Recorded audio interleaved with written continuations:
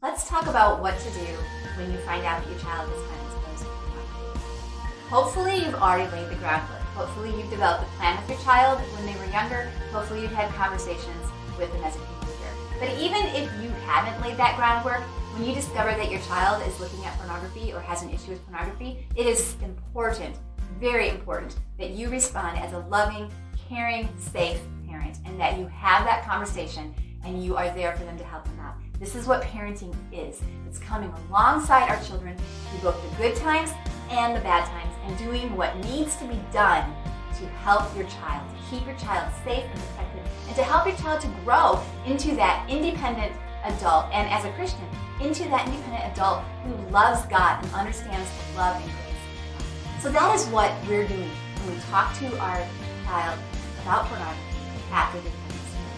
So first of all, a few pointers, and the very important first thing to keep in mind is do not overreact. It is so easy to overreact when our kids do things, especially when they do things that disappoint us or things that we think are really, really, really bad stuff. So don't overreact. This is pornography.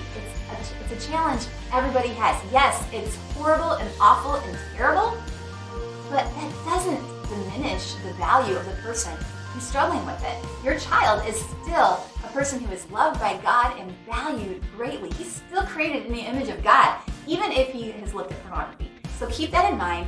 Don't overreact. Remain calm. Remain reassuring. Reassure your child of your love for your child, of God's love for your child. That even though they've seen it, even though they're struggling with it, that they are still loved and that you love them too. So don't overreact.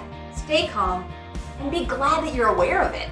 You're not hiding it from you anymore. You found out, even if you found out by accident, it's better to have it out in the open. And you're aware, you know, rejoice and be thankful for that as well. Also ask questions. Clarify. What did they see? When did they see it? How did they come across it? And then help them develop a plan to keep them from this happening again. So if you can know what it was, where it was, when, how they saw it, you can then go and say, okay, how can we keep these things from happening? What can we do? We need to put filters on it. We don't already have filters. Do we need an accountability partner? Do we need to make sure your phone is turned in by a certain date every night? Do we need to maybe even limit your access to your phone or take it away for a while? What are some things we can do to protect you and make sure this isn't an issue that keeps going? How can we help you with that? Also, understand the variety of emotions that your child may be experiencing right now and validate those emotions. There's a lot of emotions they can have when they come across pornography. There could be shame, there could be embarrassment, there could be guilt, there could be fear, there could also be curiosity and sexual arousal that could be there. So understand and validate those emotions and truly listen to what your child is communicating, both emotionally and with their words. What are they saying? What was that experience like for them? And how can you help them get past that? So help them to understand their emotions are okay, they're natural, they're fine, and we're going to get through this. Thank you for being open with that type of thing. Continue to be a safe person for your child and pray with your child. Sit down with your child. Bring God into the conversation. What does God say about this? What does God say about you now that you view pornography? You know what he says? He still says that you are his treasured possession, that he loves you, that if we confess our sins, he's faithful and just to forgive us and purify us from all unrighteousness. So pray with your child, help them to understand how God is the one that can really help them. And then follow up with your child, just like we talked about in the other session. Say, hey, I'm going to check back with you on this.